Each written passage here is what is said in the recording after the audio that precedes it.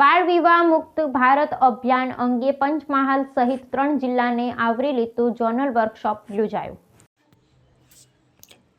ગુજરાત રાજ્ય બાળ અધિકાર સંરક્ષણ આયોગ ગાંધીનગર દ્વારા બાળ વિવાહ મુક્ત ભારત અભિયાન અંગે પંચમહાલ, દાહોદ અને મહીસાગર જિલ્લાને આવરી લેતો ઝોનલ વર્કશોપ સરદારનગર ખંડ ગોધરા ખાતે ગુજરાત રાજ્ય બાળ અધિકાર સંરક્ષણ આયોગના અધ્યક્ષ ધર્મિષ્ઠાબેન ગજ્જરના અધ્યક્ષતામાં યોજાયો હતો, જેમાં ગુજરાત રાજ્ય બાળ અધિકાર સંરક્ષણ આયોગના અધ્યક્ષ ધર્મિષ્ઠાબેન ગજ્જરે અધ્યક્ષ પદેથી પ્રેરક પ્રવચનમાં જણાવ્યું હતું કે વર્ષ 2012થી રાજ્યમાં શરૂ કરાયેલ બાળ સુરક્ષા આયોગ દ્વારા રાજ્યના વિવિધ જિલ્લાઓમાં બાળકોના શિક્ષણ તથા મૌલિક અધિકારીઓના સંરક્ષણ માટે અથાગ પ્રયત્નો કર્યા છે। વધુમાં તેમણે ઉમેરતા જણાવ્યું હતું કે પ્રધાનમંત્રી નરેન્દ્રભાઈ મોદીના વિકસિત ભારત એટ 2047 સ્વપ્નને સાકાર કરવા માટે મુખ્યમંત્રી ભૂપેન્દ્રભાઈ પટેલના દિશા નિર્દેશ અનુસાર રાજ્યમાં બાળકોના સર્વાંગી વિકાસ માટે અનેકવિધ યોજના અમલમાં મૂકવામાં આવી છે। આ ઉપરાંત બાળકોના પોષણક્ષમ આહાર તથા ગુણવત્તાયુક્ત શિક્ષણ મળી રહે તે માટે પણ રાજ્ય સરકારે કટિબદ્ધતા દર્શાવી છે, તેમ તેમણે ભારપૂર્વક જણાવ્યું હતું।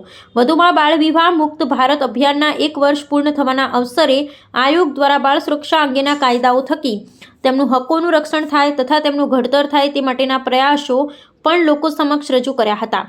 બાળકનું વર્તમાન સુરક્ષિત હશે તો તેમનું ભવિષ્ય ઉજ્જવળ બનશે તેમ જણાવી અધ્યક્ષે જણાવ્યું હતું કે બાળકો માટેના કાયદાની સાચી અમલવારી જો સંવેદનાપૂર્વક થાય તો સાચા અર્થમાં સાર્થક બનશે તેમ ઉપસ્થિત અમલીકરણ અધિકારીએ જણાવ્યું હતું। વધુમાં તેમણે ઉમેરતા જણાવ્યું હતું કે બાળકોને ભારતીય સંસ્કૃતિ મુજબના સંસ્કાર તથા વિચાર પીરસાય તો સાચા અર્થમાં બાળકનું ભવિષ્ય સોશિયલ મીડિયાના સમયમાં પણ સુરક્ષિત બની રહેશે તેમ તેમણે સગૌરવ જણાવ્યું હતું। આ ઉપરાંત ઉપસ્થિતોને જણાવતા કહ્યું કે બાળકોનું બાળપણ છીનવાય નહીં તથા તેમના વિચારો ખીલે અને પ્રતિભાવ રજૂ કરી શકે તેવું વાતાવરણ પૂરું પાડવા પણ ભારપૂર્વક જણાવ્યું હતું। આ વર્કશોપ ખાસ કરી બાળ વિવાહ મુક્ત ભારત અભિયાન વિષયને કેન્દ્રમાં રાખીને યોજવામાં આવ્યો હતો, જેમાં બાળ અધિકારોના સંરક્ષણ અને અમલીકરણ અંગે વિસ્તૃત ચર્ચા કરવામાં આવી હતી। વર્કશોપ દરમિયાન બાળકોના સર્વાંગી વિકાસ માટે મહત્વપૂર્ણ એવા શિક્ષણ, સ્વાસ્થ્ય, સુરક્ષા અને સહભાગિતા જેવા મુદ્દાઓ પર ભાર મૂકવામાં આવ્યો હતો।